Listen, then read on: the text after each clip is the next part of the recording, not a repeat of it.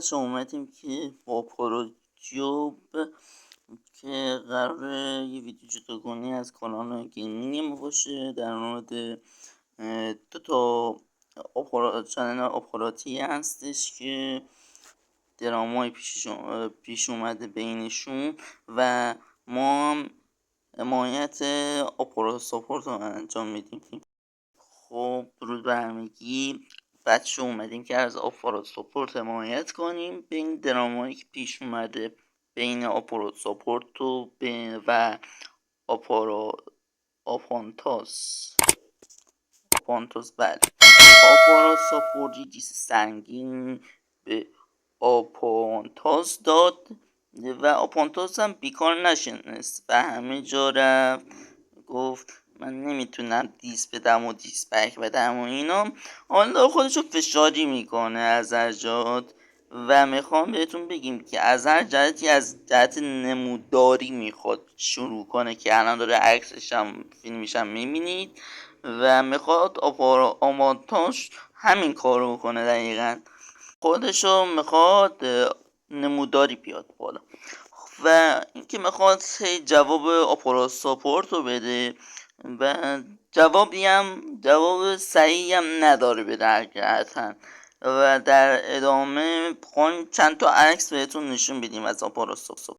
آپارات هم میخواد همینجوری مسمانی چیزی بکنه که میخواد آپارات ساپورت رو فیک جلوه بده. بله، فیک میخواد جلوه بده.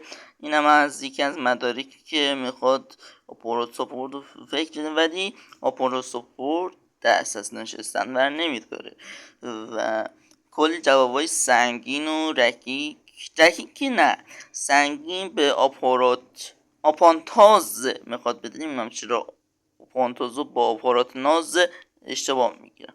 حالا آپانتاز میخواد از هر جهتی از سبک نموداری بیاد بالا و نمیدونم چی بگم. بذارید در ادامه ویدیو بهشون بپردازیم. طرف اومده تو آپانتاز مثلا یه اشتباهی کرده، با اشتباهاتو بپذیر. چرا نقض جنگوش میگین؟ تامبلین اصلا اینا به هم ربطی نداره. خب آپارات ساپورت هم این جواب سنگین و قانع کننده داد داخل این عکسی که الان اینجا گذاشتم و دوباره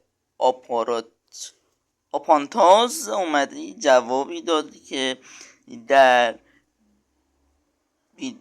همین ویدیو میپردازیم که آقا میگه شما فیکی به آپارات ساپورت. میگه شما به چه مدرکی؟ به مدرک این که مثلا اومدن چند تا واکنش نشون داده. اصلا این چیز منطقی نیست حقیقتا.